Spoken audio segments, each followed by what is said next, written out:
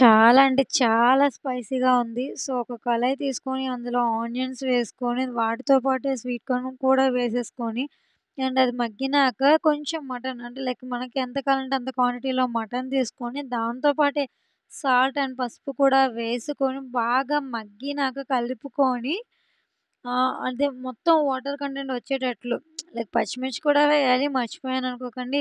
ఏమో కంగారులో చెప్తున్నా. సో, అవన్నీ వేసినాక కొంచెం కారం టేస్ట్‌కి సరిపడగా వేసుకొని, గ్లాస్ వాటర్ వేసుకొని, ఫస్ట్ అయితే చాలా అంటే చాలా దగ్గరికి మరిగించాలండి. అంటే జ్యూస్ కూడా వేయాలి. టమాటా జ్యూస్. అందుకే నేను కొంచెం క్వాంటిటీ అన్నీ తీసుకున్నాను. సో, కొంచెం టమాటా జ్యూస్ కూడా వేసినాక, అందులో మనం కచ్చాపచ్చాగా దంచిన అల్లం వెల్లుల్లి పేస్ట్ వేసి దగ్గరగా ఉడికిస్తే ఆ టేస్టే వేరే లెవెల్ అండి. సో, ఇప్పుడు నెక్స్ట్ ప్రాసెస్ వచ్చేసి నేను కుక్కర్ తీసుకున్నాను. కుక్కర్‌లో అయితే అంటే ఆయిల్ వేసుకుంటాను. సో, ఆయిల్‌తో చేస్తున్నా. అండ్ ఆ ఆయిల్ అనేది వేసుకొని అది మంచిగా మగ్గినాక అందులో నేనేం చేశాను అంటే బిర్యానీకి కావాల్సిన ఆనియన్స్, పచ్చిమిర్చి, కొత్తిమీర, కరివేపాకు సో, ఇవన్నిటిని కూడా అంటే బిర్యానీ దినుసులు కూడా మసాలా దినుసులు కూడా వేసి చక్కగా అన్నీ ఫ్రై చేశాననమాట. సో, అన్నీ కూడా మంచిగా తరుక్కున్నాను. అండ్ ఇందులో మెయిన్ ఇంగ్రీడియంట్ అయితే మాత్రం ah, sweet corn. So, sweet కార్న్‌తో రెసిపీస్ కదా! అండ్ చికెన్ కూడా అనమాట. So, sweet corn and chicken కూడా.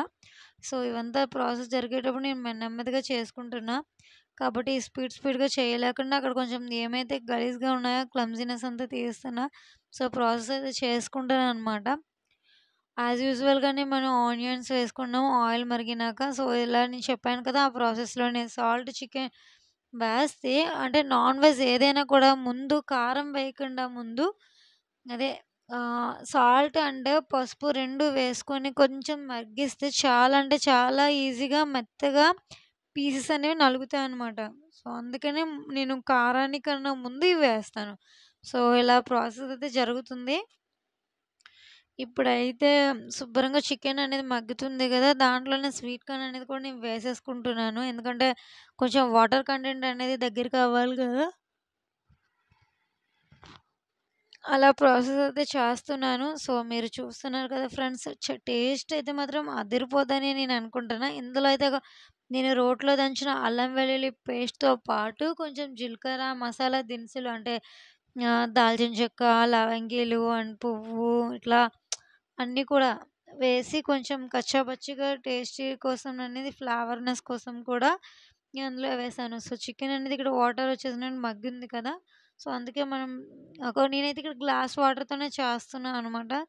చాలా అంటే చాలా easy process friends. And taste కూడా మీరు ఎక్స్‌పెక్ట్ చేయలేదు. ఈవెన్ ద రెస్టారెంట్స్ కూడా ఇంత మంచి టేస్ట్ ఇవ్వదు.